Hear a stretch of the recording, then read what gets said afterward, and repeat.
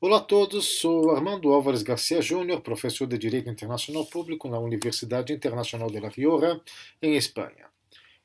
Poucos dias atrás, 4 dias atrás concretamente, eu comentei sobre a existência de diferentes famílias jurídicas. Mencionei a existência da família soviética, do direito anglo-saxão, concretamente o common law, que se verifica nos Estados Unidos, em Reino Unido e em outros países.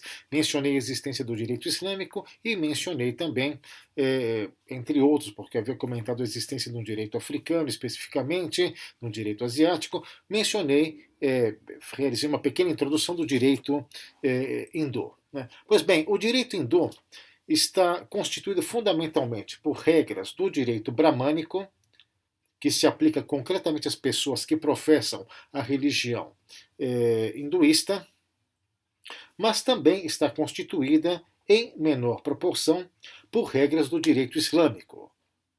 E isto é bastante curioso, porque quando estamos em um país como o Brasil, como Espanha, como o Reino Unido, como Estados Unidos ou qualquer outro país, né, consideramos isto uma premissa fundamental da aplicação de qualquer lei, que a norma jurídica se aplicará independentemente da confissão religiosa da pessoa. Isso não ocorre na Índia. Um conjunto bastante amplo, um acervo bastante amplo, né, de normas jurídicas, de costumes, de textos sagrados que têm um valor, né, equiparável à lei, se aplica unicamente às pessoas que professam a religião hinduísta. Algumas vezes se aplica também às pessoas que não professam uma das religiões consideradas, né, é, consideradas irmãs ou escrituras baseadas em escrituras sagradas também, né?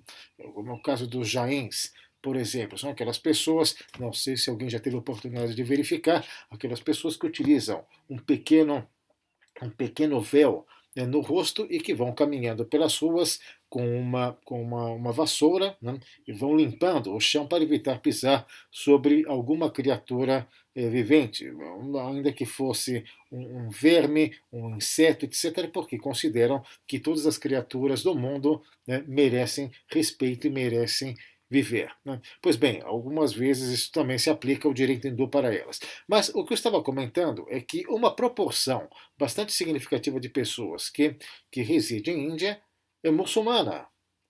E em relação aos muçulmanos, não se aplica e não se pode aplicar o direito hindu. O direito hindu se aplica unicamente aos hinduístas. Né? Os muçulmanos estão submetidos ao seu próprio corpo jurídico, ao seu próprio corpo normativo, que é a do direito islâmico. Que ademais eu tenho um pequeno vídeo, somente gravei a primeira parte, em relação ao direito islâmico. Né? E ademais existe um outro elemento bastante interessante que é a aplicação do direito anglo-saxão, o common law. O que passa é que a aplicação do direito britânico, ou do direito anglo-saxão, melhor dito, né, em relação ao direito hindu, não ocorre com a mesma intensidade, né, como se verifica, por exemplo, em países como o Reino Unido ou como Estados Unidos. Ali funciona fundamentalmente como segue a mesma regra, né, de precedentes judiciais, mas o objeto não são preceitos, né, jurídicos de um formato similar ao formato que verificamos em Reino Unido. Ao contrário, se podem verificar com esta mesma aplicação de precedentes judiciais em relação a outros preceitos bramânicos e a preceitos também do direito islâmico, se isto chega a um tribunal e se invoca alguma norma islâmica a respeito. Né? Assim, e por que o common law? Porque o direito concretamente britânico, anglo-saxão, mas especificamente britânico, se aplicaria em Índia. Basicamente porque ocorreu um processo de colonização do país, ou seja, se verificou um processo a partir do século XVII de colonização, em que esteve envolvido na emancipação ou a independência do país através de processos bastante importantes no século passado, como aqueles levados a cabo na resistência pacífica por Mahatma Gandhi. Né? Pois bem, ao contrário do que se verifica com o direito islâmico, e havia mencionado isso particularmente no vídeo anterior, é que a sociedade índia está dividida em castas. É perfeitamente normal encontrar uma diferenciação das normas jurídicas em função da casta que pertence a uma pessoa. Né? Comentei que existem quatro grandes castas. Né? A casta mais elevada é a casta dos Brahmans. Os Brahmans são fundamentalmente aquelas pessoas que têm a competência legal, inclusive baseada no próprio costume milenar do país, de realizar as recitações das escrituras sagradas. Que escrituras sagradas são estas? Pois o texto mais antigo, sagrado, existem vários, é o Rig Veda. E ali, concretamente no Rig Veda, se legitima a divisão da sociedade em castas, em classes claramente diferenciadas. Então, são os maestros, os recitadores das escrituras sagradas, fundamentalmente.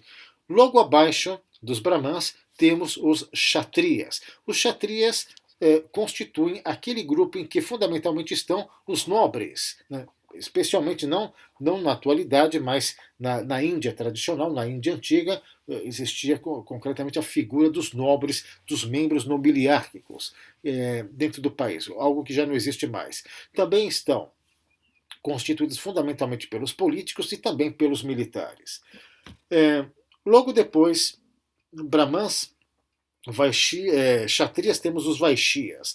Os Vaishyas, pois bem, é um grupo, uma casta, concretamente, em que estão atuando essencialmente os agricultores, os pequenos comerciantes, os criadores, os criadores de animais, fundamentalmente animais de consumo, mas não necessariamente animais de consumo também, podem ser qualquer outro tipo de animal, mas fundamentalmente animais de consumo, constituem esta outra classe social bastante diferenciada dos Brahmans, fundamentalmente, e dos Kshatriyas, que constituem a casta superior. E, finalmente, temos a casta mais baixa de todas, que é constituída pelos Shudras. Os Shudras são aqueles jornaleiros, aquelas pessoas que alugam, né, que pagam um determinado valor de aluguel aos latifundiários, principalmente em mãos dos Vaishyas, né, ou dos Kshatriyas também, eventualmente inclusive dos Brahmans também, mas que são os pequenos campesinos que lavram a terra em pequenas porções territoriais e pagam um valor específico para a pessoa que detém a titularidade desta terra. Pois bem, a parte destes quatro grandes grupos, os Brahmans, os Vaishyas, os Kshatriyas, os Vaishyas e os Shudras, temos um grupo que não pertence a nenhuma casta, que é o grupo dos Dalits, né? Conhecidos também vulgarmente como párias ou como intocáveis. Né? Tempos atrás eu tive uma pequena discussão retórica com uma pessoa que afirmava que os intocáveis constituem aquele grupo em que podem fazer o que lhes pareça mais conveniente e que nada pode fazer nada contra eles. São intocáveis. Pois não, esta visão é totalmente equivocada. Os intocáveis são aquelas pessoas que estão num nível tão baixo, que se considera tradicionalmente que o simples toque, né, corporal, ou inclusive, né, entre aspas, né, o toque, né, ou a sobreposição da sombra projetada sobre a sombra de uma pessoa que pertence a qualquer casta, inclusive a casta mais baixa, a casta dos Shudras, né? O que a sombra projete, se sobreponha sobre o corpo de uma pessoa de qualquer casta, das quatro que comentei, né? Contaminará o karma destas pessoas. Como existe uma crença bastante forte, bastante arraigada dentro da comunidade hindu na imortalidade da alma, né?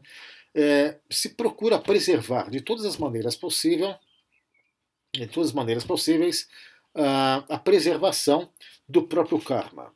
Assim que se deve evitar a contaminação do karma para evitar cair, né, em um nível ainda mais baixo na encarnação seguinte. Ou seja, se é um Brahman, se poderia cair ao nível de um Kshatriya, se é um Kshatriya cair ao nível de um Vaishya, se é um Vaishya cair ao nível de um Shudra, se é um Shudra, poderia cair ao nível bastante baixo de um Dalit, de um intocável, de um pária. É o pária da sociedade. A expressão pária da sociedade, ademais, provém daí, concretamente. Né?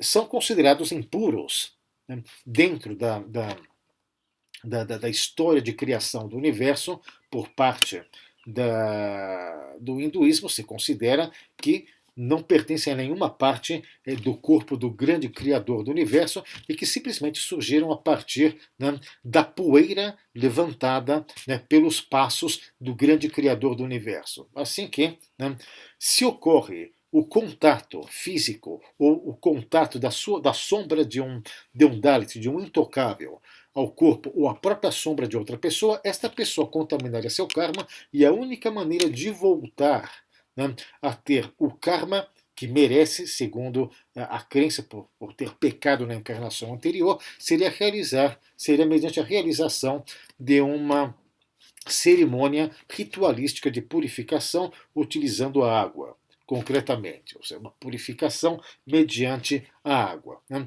Inclusive, no século passado, nos anos 50, na década de 50 do século passado, o governo índio havia abolido formalmente o sistema de castas, mas este sistema continua muito arraigado na mentalidade dos hindus, principalmente nas zonas rurais. E quando ocorreu concretamente a abolição das castas nos anos 50, pela primeira vez na história, os Dalits puderam entrar em escolas para poder estudar, mas ali sofreram muitíssimo, porque apesar do calor tremendo em muitas regiões, em muitas províncias do país, não se permitia, né, não se permitia beber água, porque se acreditava que o contato dos lábios, ou das mãos, ou do rosto, ou de qualquer parte do corpo de um Dalit contaminaria a água, contaminaria a tubulação e, por conseguinte, contaminaria também a qualquer pessoa que tocasse a torneira ou que tocasse, ou principalmente que bebesse